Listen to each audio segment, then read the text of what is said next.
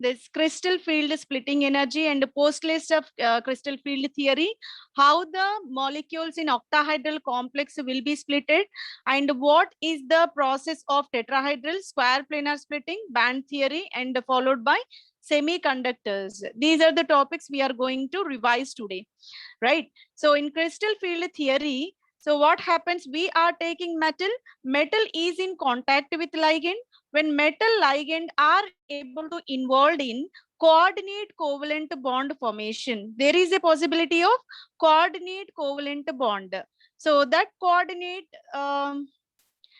covalent bond is able to give a complex structure between metal and ligand. Whenever metal ligand are in the what interaction, so that there is a formation of complexation is possible. That depends upon hybridization of metal d orbitals. Based on the type of complex will depends, right? So this is about postulate number 1. And second postulate states that whenever metal is involved in interaction with ligand, so that metal is electropositive in nature and having tendency to seek the electrons, which is surrounded by ligands in its complex sphere, right? So that is the second postulate.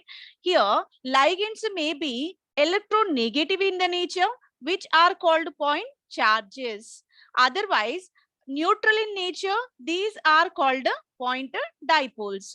Either point charges or point dipoles will be present in that metal ligand interactions. Okay, so the compulsory condition in case of neutral ligands are electron pairs should be present on that ligand, then only there is a possibility for the donation, then only it is considered as a ligand. Okay, so negative ligand, that means point charges are, some of the typical examples are chloride, hydroxide, bromide, and alkyl. These are the examples for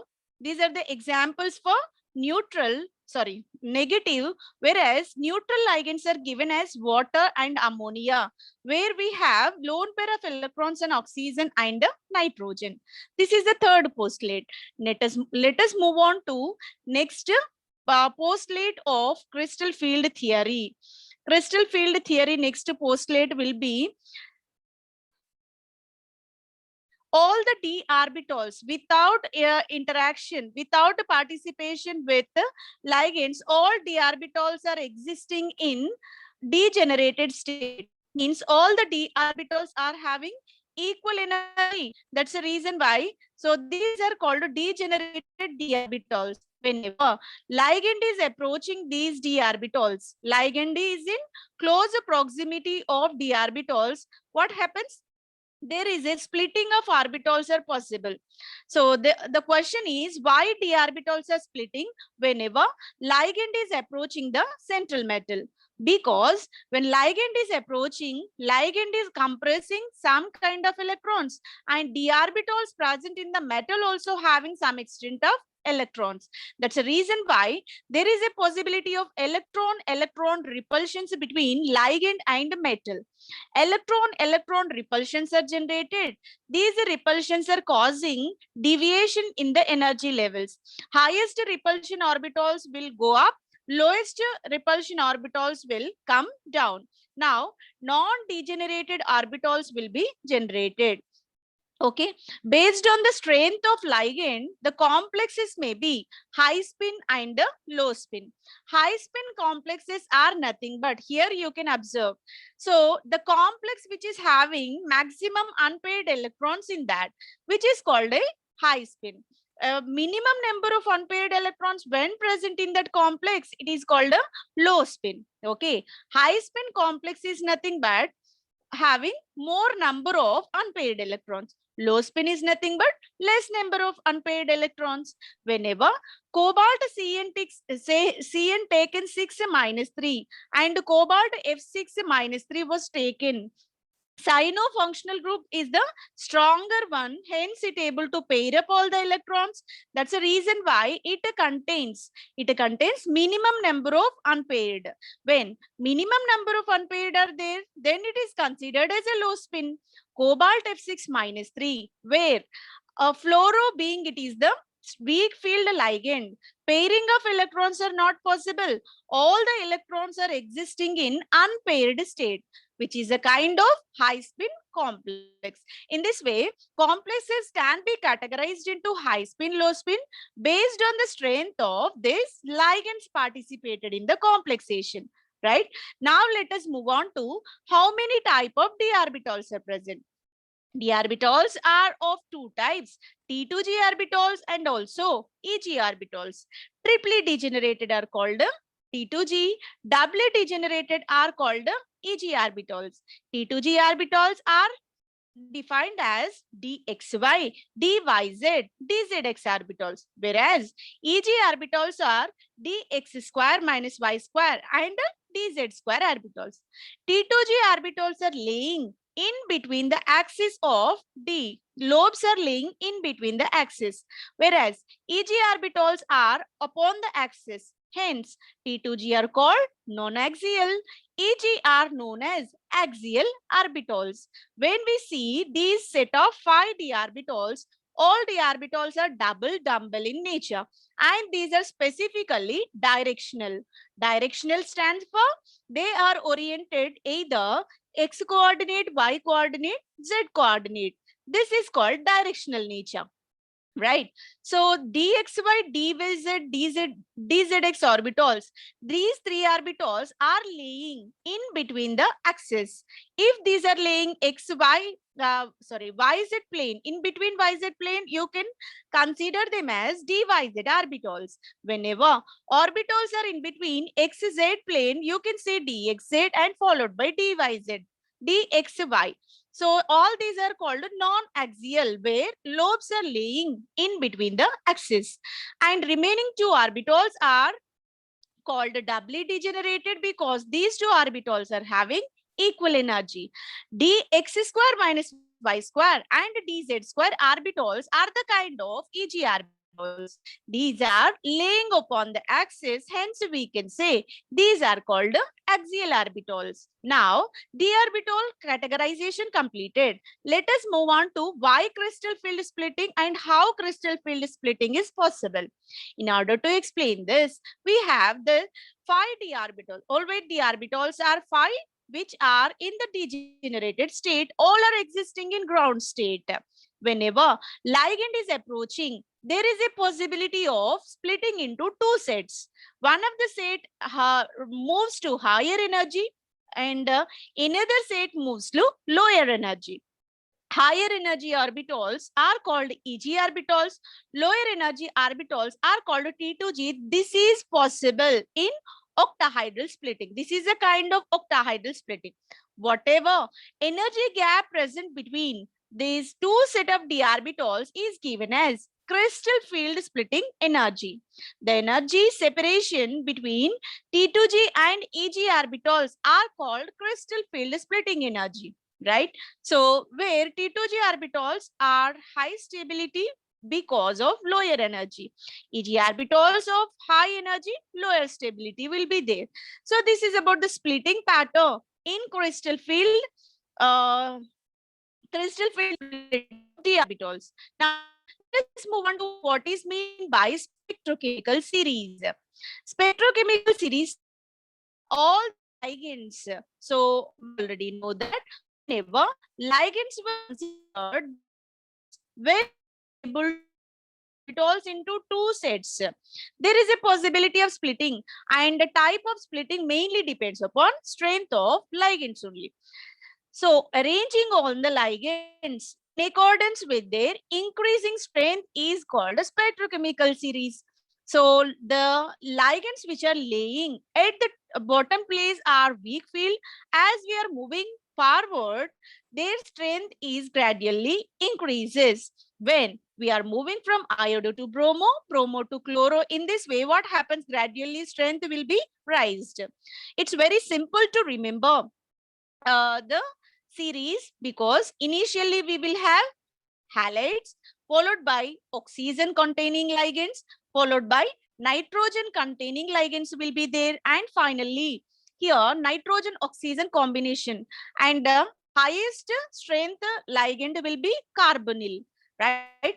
Highest strength ligand will be carbonyl. So lowest will be iodo in accordance with spectrochemical series. Based on the strength of ligand only, type of complex and type of nature of complex will depends. This is called spectrochemical series, where we have increasing the strength of all the ligands. Iodo to bromo, bromo to chloro, chloro to thiocyanato, fluoro, hydroxo, oxalato, aquo, and after aquo, what we have? NCS. NCS stands for isothiocyanato, pyridine, ethylene diamine tetraacetic acid, ammonia, EN, ethylene diamine, OPDA, orthophenylene diamine, NO, what it is? NO2 minus. NO2 minus stands for nitrofunctional group, CN minus cyano, and carbonyl group will be there. So this is about the series in the increasing strength of all the ligands. Now, let us discuss how crystal field splitting in octahedral complex is possible.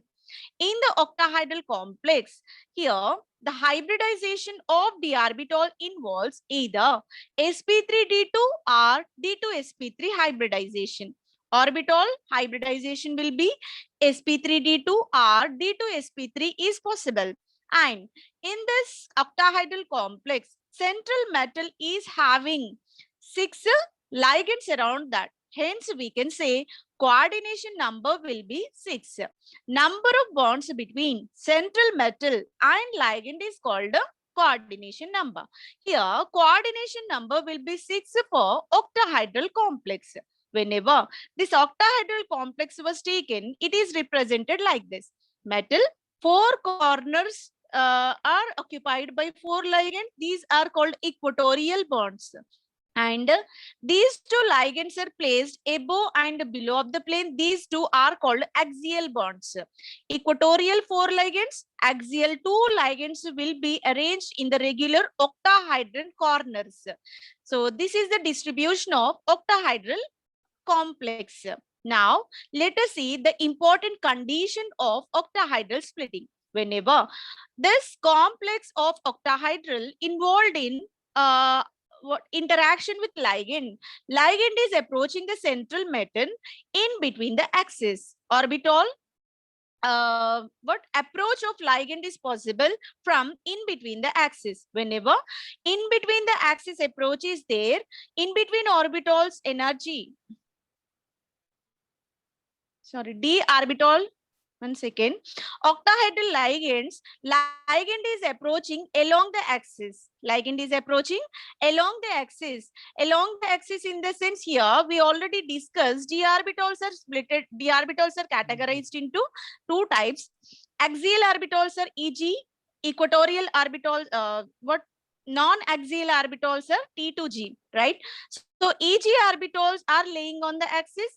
This ligand is also coming from the axis. That's the reason why the orbitals laying on the axis will experience high force of repulsions when compared to non-axial. That's why EG orbital energy will be raised and T2G orbital energy will be lowered. The splitting will be appeared in this complex. Splitting is well discussed in this complex, where initially 5 d orbitals are laying at the ground state where energy is less and all the orbitals are having equal energy. We can say these orbitals are degenerated. Whenever ligand is approaching along the axis, orbital energy will be raised and still orbitals are in degenerated state. This stage is called excited degenerated d orbitals. These excited degenerated d orbitals, so when experience closer proximity of the ligand along the axis, what happens? T2G orbital energy will be raised, EG orbital energy will be lowered. So the energy separation between these two levels is denoted by the symbol called barycenter. Barycenter is the what imaginary hypothetical line which used to separate energy distinction between Eg and the T2G orbitals. The energy of Eg orbitals are denoted with minus 0.6 dq. Whenever electron is entering into Eg orbital, its energy is denoted as minus 0.6 dq. Electron, when occupying T2G orbital, the energy is given by plus 0.4 dq, which is given as 2 by 5. For antibonding or this higher energy level, it is given by minus 0.6, which is exactly equal to 3 by 5. This is about energy distribution of octahedral complex. Here you can observe metal will be there, that metal surrounding 6 ligands in its coordination sphere. So this is about octahedral splitting of metal and ligands when ligand approaching in along the axis. Okay, so now let us see example which well explained for octahedral. Octahedral complexes are cobalt which surrounded by 6 amino functional groups, and here it is counterbalanced by 3 chlorides. The name of the complex is hexamine cobalt 3 chloride. It is hexamine cobalt 3 chloride. And the second complex is iron surrounded with 6 cyanofunctional groups in its octahedral sphere. Right?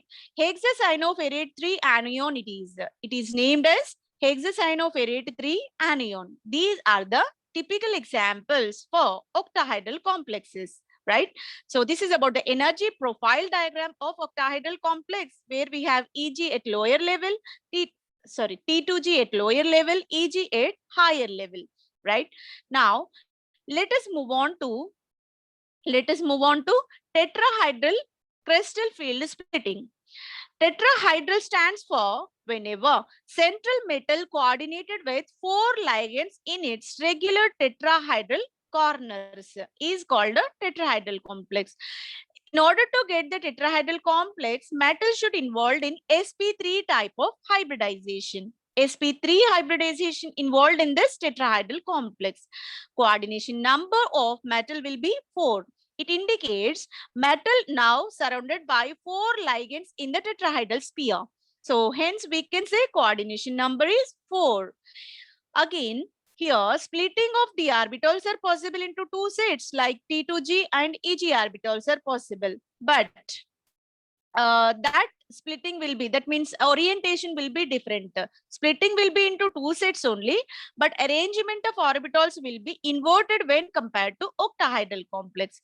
So this is a regular tetrahedral structure of metal, where metal is in contact with 4 ligands in the regular tetrahedral corners. It is the representation of tetrahedral complex of metal with 4 ligands.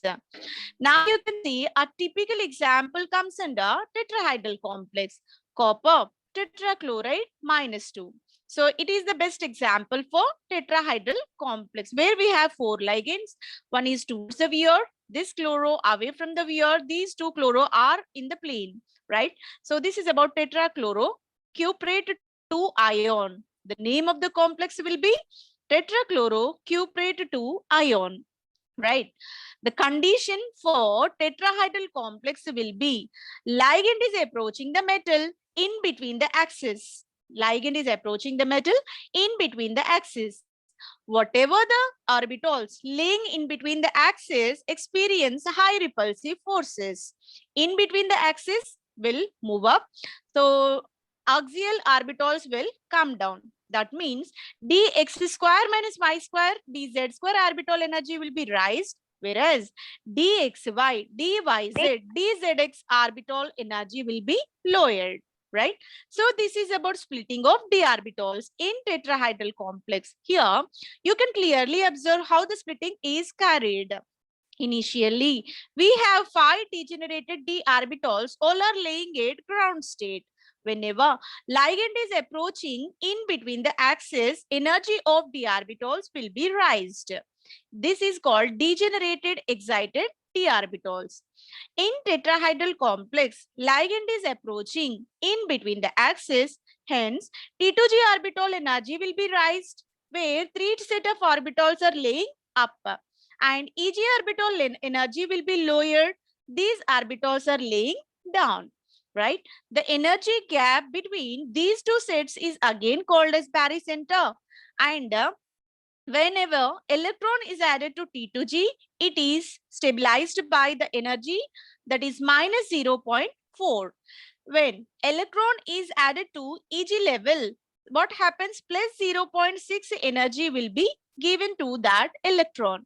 So this is about energy profile representation of tetrahedral. Entire energy gap between Eg and T2G orbital is called crystal field splitting energy in the tetrahedral complex. This is the simple representation. Only the difference is here we have to raise the energy of T2G. Eg orbital energy will be lowered. Energy of T2G is given as minus 0.4 and Eg orbital energy is given as plus 0.6.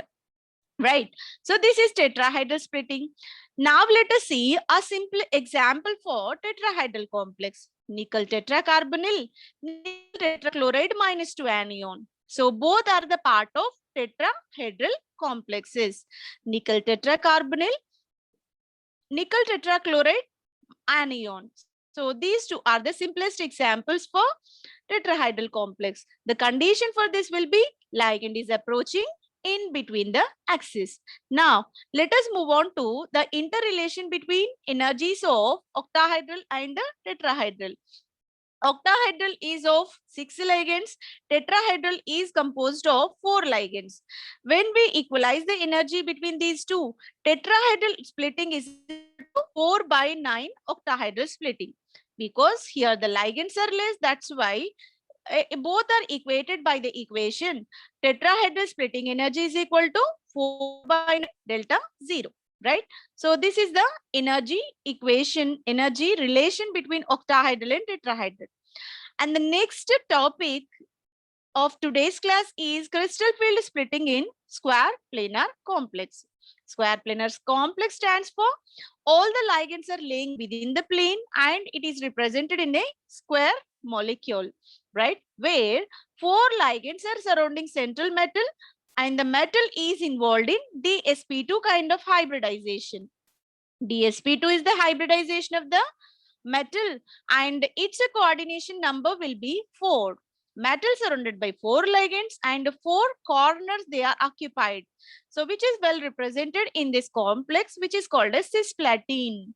Central platinum will be there, 2 chloroligands will be there and the remaining 2 are NH3 ligands will be there. This is the entire structure of cisplatin.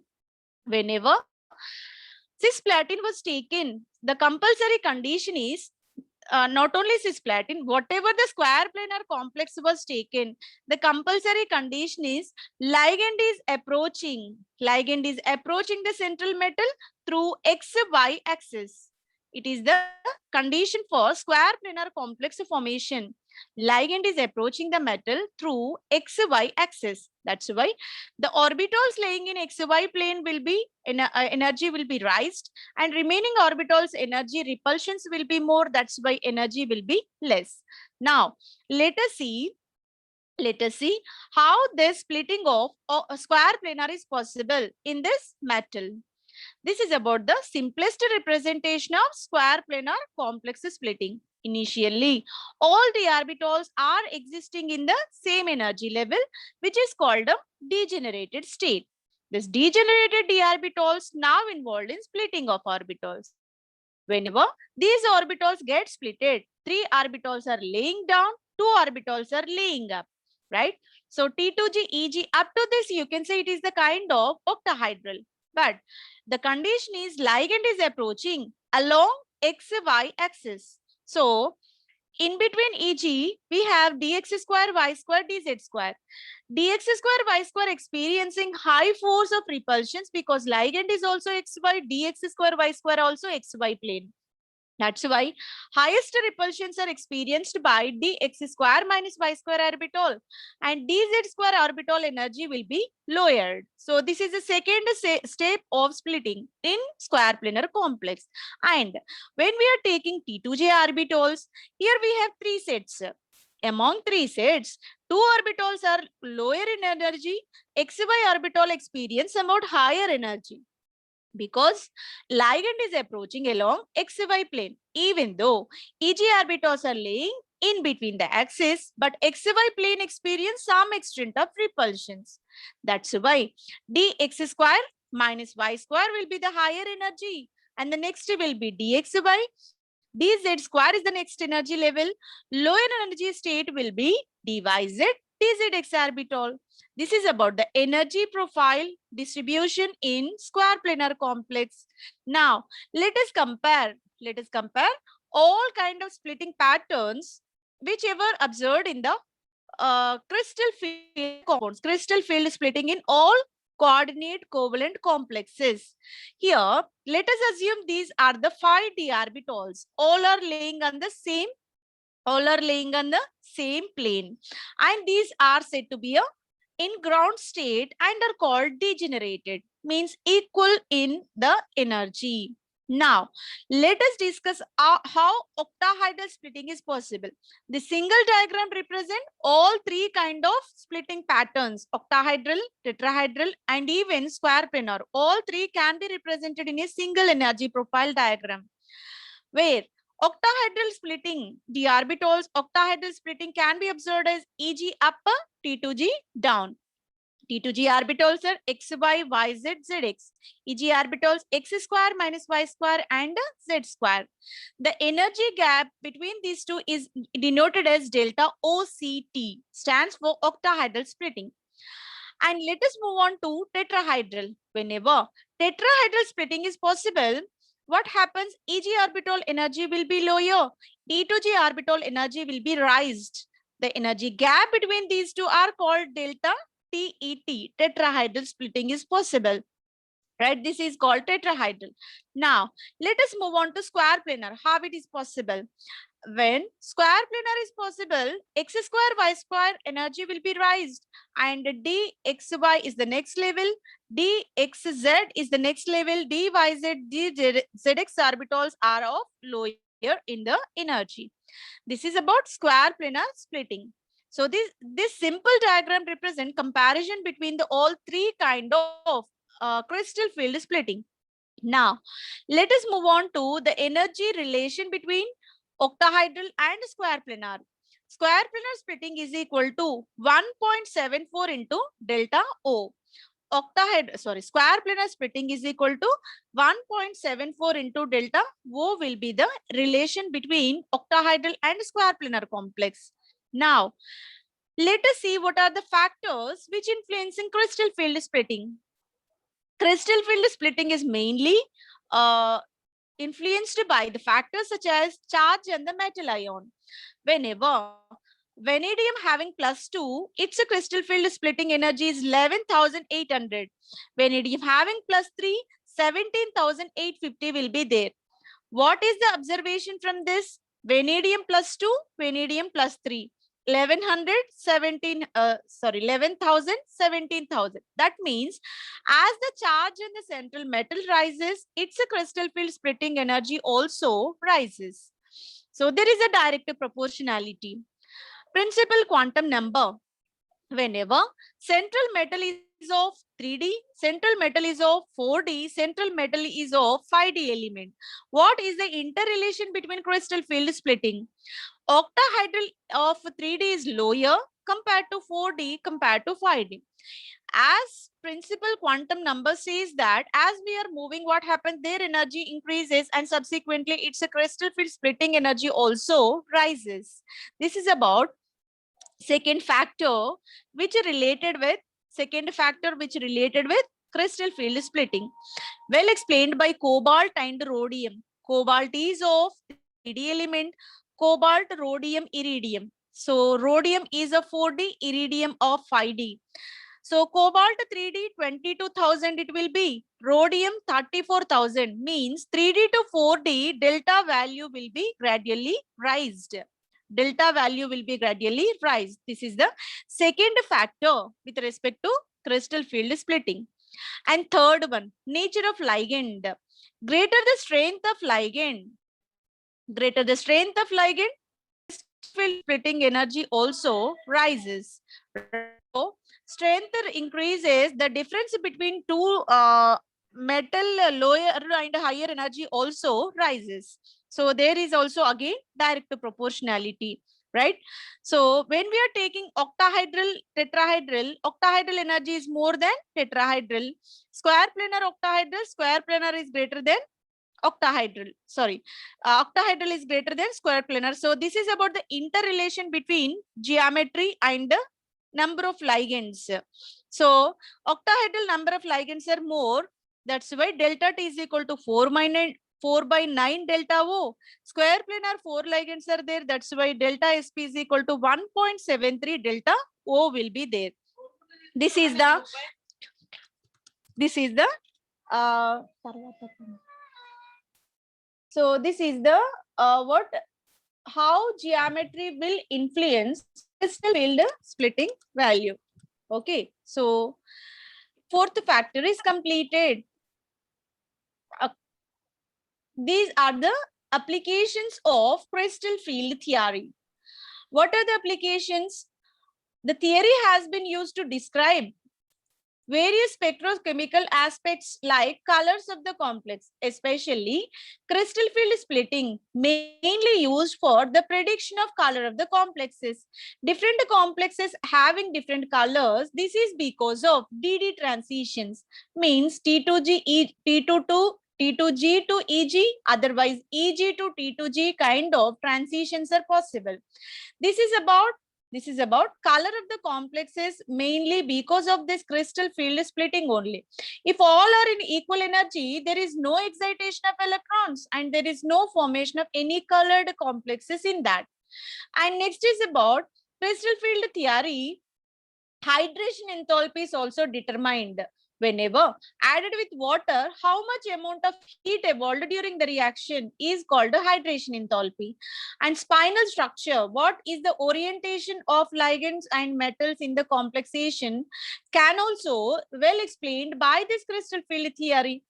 And next is about color of the transition complexes. Just now we discussed DD transitions are responsible to describe color of the complexes. Titanium H2O taken 6+3 is the complex of D1 system, where one electron is there. That's the reason why absorbs a green color, yellow color light will be emitted. Red color, if absorbed, blue color will be emitted, right? So in this way, complementary colors will be given for that. And one more important factor is this crystal field theory well explains magnetic properties of the complexes. Magnetic property stands for whether it is diamagnetic, paramagnetic, ferromagnetic kind of nature, well explained by this crystal field splitting. The formula is μs is equal to under root n into n plus 2. N stands for number of unpaired electrons present in the given complex. When we substitute this number of unpaired electrons in this, it is possible to calculate spin only magnetic moment of the given compound. So these are the important applications of crystal field theory. Now we are going to distinguish which molecules are called conductors, semiconductors, and insulators. In order to explain this, we have the energy profile diagram, right? Based on this only, we simply explain which are called conductors, which are called semiconductors, which are called insulators. Conductors are nothing but where energy gap between conduction and valency band is zero, which is called Fermi energy gap. If the Fermi energy gap is zero, these are called conductors. Electrons are conveniently with a lot of ease, they get excited from valency to conduction band. Whenever valency to conduction band energy gap is 1 electron volt, then electrons require some addition of impurities, otherwise extra temperature, so that valency electrons get easily excited into conduction band. Next is when energy gap is large, like more than 5 electron volts. This is called Fermi energy gap is more than 5 electron volts. It is called a insulator. So insulator, the electron having not enough energy for excitation into the upper conduction band level. Based on this energy gap, we can categorize the given compounds into conductors, semiconductors, and insulators. So this is about the separation of all the materials. Now, let us discuss about band structure of metals. So, band structure of metals are nothing but whenever we are taking any metals, all metals are said to be a good conductors of electricity. What is the reason for that conduction? We have to discuss in this band structure, right? So, when molecular orbital theory is considered, molecular orbitals when formed, there is a possibility of two set of orbitals. One is called bonding energy level, second is called anti-bonding energy level. But when we are taking orbitals which are having 10 to the power of 20 or more than that, if orbitals are 10 to the power of 20 or more than that, in that case, what happens? Orbital distribution like bonding, anti-bonding separately is not possible. Instead, orbitals all are overlapped in this manner because we are having infinite number of orbitals which are overlapping in this manner. There is no distinction between one orbital to another, all are closely packed. This situation is called quasi-continuous energy band. If only one orbital is there, there is no bonding because the orbital is only one. In the second case, two orbitals get combined, then one is a set of bonding, another is a set of anti-bonding. If three orbitals are combining to form molecular orbital, one is called bonding, second is called non-bonding, third is called anti-bonding. Whenever four orbitals get combined, two sets are called bonding, in either two sets are called anti-bonding molecular orbitals. When we are taking n number of atomic orbitals, the formed one is called quasi-continuous energy band. This is called quasi-continuous energy band. In this way, band structure in the solids used to represent type of bonds generated in the molecule. Here, why this band is generated instead of individual orbitals, also explained by this band theory. Let us take a simplest example, that is lithium. Lithium is of the smallest metal among all the known one, and it is 1:2s1 2p 0 electronic configuration. This is the most important representation to give how the band theory is well explained in this molecule. 1s2 orbital is said to be a inner shell which is not responsible for any kind of chemical bond formation. It is not participated in bond formation. 2s orbital having half filled and one of the electron is filled, remaining half will be empty. Means it is said to be a half filled orbital. 2p orbital is not finding any electron in its shell.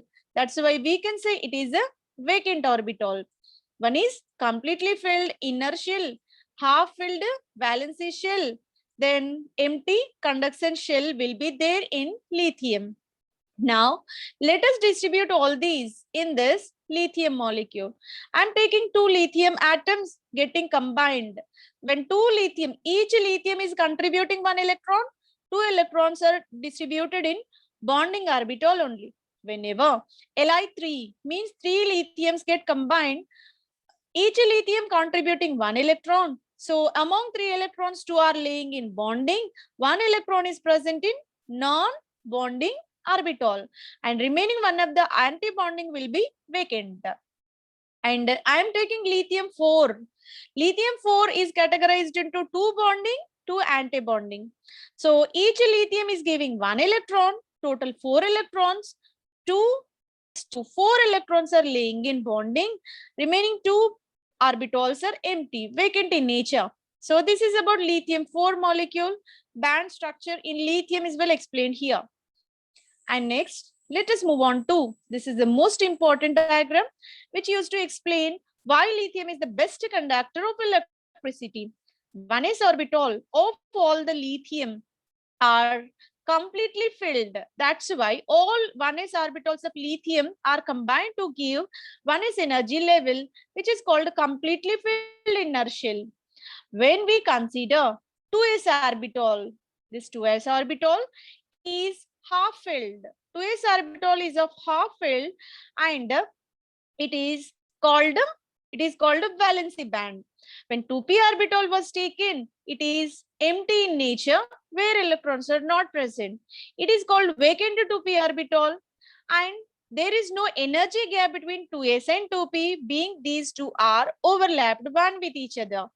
So electrons are conveniently excited from valency band to conduction band. That's the reason why this experiencing high ease of conduction, flow of electrons is considered as a conduction. That's why in this lithium, electrons are easily excited so that conduction is possible. This is about various bands which exist in this lithium molecule. And the last topic of today's session is about semiconductors. Semiconductors are partial conductors only. Conduction is up to some extent. If you are giving 100 volts of current from one into another, only 60 volts will be passed from one into another, remaining will be wasted. Means some extent of conduction is there, not maximum. That is called a material of semiconductor. And energy gap between Fermi energy gap between valency to conduction band will be characteristic, that is 1 electron volt energy gap will be there. All semiconductors are broadly classified into two types, intrinsic and extrinsic type. Intrinsic semiconductors are which are conducting current in the pure state. Silicon, germanium are the typical examples. Being silicon, germanium are tetravalent in nature, they are able to pass current from one area to another, and both are called intrinsic semiconductors. All are having four covalently bonded cross-linked structure. So these electrons are moving. So these electrons are moving so that conduction is possible. But the extent of conduction is very less in this pure state. Intrinsic semiconductors are having conduction up to some extent only. That's why we have to go for an alternate method to improve the efficiency called extrinsic. In extrinsic method, the process of addition of impurities is called doping. Doping is either positive or negative. Hence, we can say p-type and n-type. N-type of doping, electrons should be released into the system. Electron-rich substances or impurities can be added. Group 5 elements are the typical examples under this category. Group 5 elements, nitrogen, phosphorus, arsenic, antimony. When added to this silicon or germanium, what happens? They are used to release the electrons. So these are called donor impurities. So donor impurities are used to give the electrons so that conduction is possible through electrons. Free mobile electrons are added. Electron-rich centers are generated. These electrons are moving from one into another. Conduction through electrons is called N-type of doping. This is a typical representation of N-type of doping where free electrons are moving from one into another. P-type of semiconductor, impurity is the acceptor one, which having tendency to accept the electrons, so that positive charge is generated. Here, because of electron seeking impurities, we are adding with electron deficient impurities of third group elements. Whenever third group elements like boron, aluminum, gallium, indium, thallium were added, they will accept the electrons. They will accept the electrons from the silicon, germanium, and there is a formation of hole is possible. Here you can observe when electrons are accepted by impurity of third group element, there is a formation of a electron deficient center. which is called a hole. So in this way, p-type of semiconduction is possible. It is well explained, it is well described in the this diagram, where central, here we are treating silicon with boron. Boron is taking electrons that, please be silent. Boron is taking electrons, that's why here electron negative charge is represented on the boron. So here conduction, valency band to conduction band, electrons will be released in this step. So energy gap will be lowered because in between electrons will be generated. So this is about the p-type, where, who is that, may I know? Yes. So electrons will be released from the silicon, so that boron is acquiring negative, silicon is acquiring positive. Hence, we can say it is of p-type. In case of n-type, silicon is accepting electrons from the fifth group impurity, so that silicon acquiring negative charge, conduction through the electrons are possible in n-type. So p-type with positive. Yes, please be silent.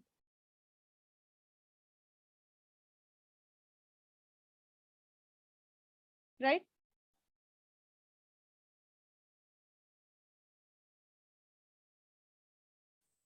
Okay. So here p-type with positive charge or holes conduction is possible. In n-type, negative charge or electrons are used to pass the electrons. Sorry, electrons are used to pass the current. So this is about p-type and n-type of conduction, right? So by this, revision of this was completed. If you have any doubt, you can raise